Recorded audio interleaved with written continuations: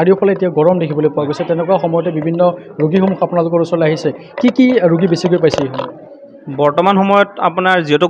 গৰমৰ কাৰণে আমি ডিহাইড্ৰেশ্যনৰ বেছিভাগ পেচেণ্ট পাই আছোঁ ডিহাইড্ৰেশ্যন মানে আপোনাৰ গৰমৰ কাৰণে পানী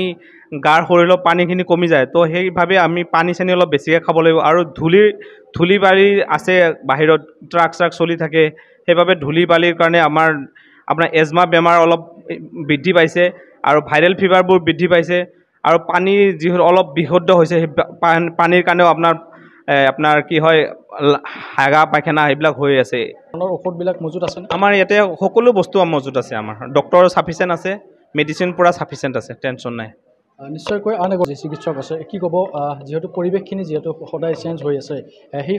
উপযোগী হিচাপে ৰোগীসকলৰ বাবে সকলো ব্যৱস্থা পত্ৰ ঠিকে আছে নমস্কাৰ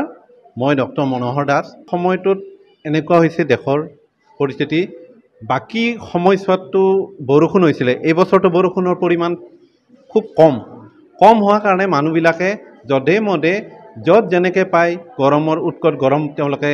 কণ্ট্ৰল কৰাৰ কাৰণে পানী খাইছে বৰফ খাইছে আৰু ল'ৰা ছোৱালীখিনি বিশেষকৈ স্কুলত যোৱা ল'ৰা ছোৱালীখিনিয়ে বেছি তেওঁলোকে এই বৰফ চৰফ ব্যৱহাৰ কৰিছে যাৰ ফলত তেওঁলোকৰ ভাইৰেল ফিভাৰ হৈছে আমাৰ ইয়াত ডেংগু মেলেৰিয়া টাইফয়েডটো কেতিয়াবা কাচিত দেখা পোৱা যায় কিন্তু বাকী বেমাৰে কোনোদিন আমাৰ ইয়াতে এতিয়ালৈ ওলোৱা নাই শিশুৰ ক্ষেত্ৰত বিশেষ কিবা লক্ষণ দেখিবলৈ পাইছে নেকি এই সময়ছোৱাত শিশুৰ ক্ষেত্ৰত চৰ্দি জ্বৰে বেছি হৈছে আৰু মাম্পছ পাইছোঁ এইখিনিয়ে পাইছোঁ বাকী নেচাৰেল আগৰ দৰে আছে কোনো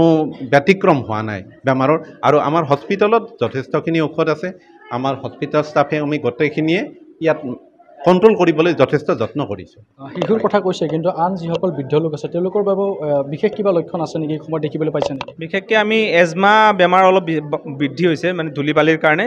আৰু শিশুৰ ক্ষেত্ৰত আমি যিবিলাক স্কুলৰ ছাত্ৰ ছাত্ৰীবোৰ মানে অলপ পানী চানী অলপ কমকৈ খায় ORS অলপ খাব দিওঁ নহ'লে সিহঁতে কি হয় বেহুচ হয় আমাৰ ইয়াতে আহে বিশেষকৈ ডিহাইড্ৰেশ্যন হয় বা চুগাৰ লেভেল কমি যায় মানুহটো বেহুচ হৈ আমাৰ স্কুলত হস্পিটেললৈ অহা যায় তো সেইবাবে মই কৈছোঁ মানে সিহঁতে অন্ততঃ ORS বা আপোনাৰ পানী চানী অলপ গ্ৰহণ কৰিলে ভাল ধন্যবাদ জ্ঞাপন কৰিছোঁ আপুনি দুয়োকে আৰু পৰিৱেশটো সহযোগী এইফালে দেখুৱাব যিহেতু আমি তেওঁলোকৰ পৰা বেছি সময় নলওঁ যিহেতু তেওঁলোকে যথেষ্ট ৰোগী চাবলগীয়া আছে যে চৰকাৰী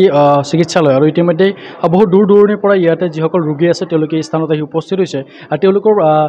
তেওঁলোকৰ যি স্বাস্থ্য পৰীক্ষাসমূহ কৰি বৰ্তমান তেওঁলোকে চিকিৎসকৰ বাবে এনেধৰণৰ অপেক্ষা কৰা দেখিবলৈ পোৱা গৈছে আৰু এয়া তামোলপুৰ জিলাৰ নাগৰিকজুলি আদৰ্শ চিকিৎসালয়ৰ দৃশ্য আৰু সামগ্ৰিকভাৱে যিহেতু উৎকট গৰমে ৰাজ্য ইতিমধ্যে অতিষ্ঠ কৰিছে আৰু তেনে সময়তে এতিয়া বিভিন্ন বেমাৰে কিন্তু পোৱা গৈছে আৰু প্ৰতিজন লোকেই এনেধৰণে বৰ্তমান যিসকল ৰোগীয়া লোকসকলে এনেধৰণে চিকিৎসালয়ত অহা ভিৰ কৰা পৰিলক্ষিত হৈছে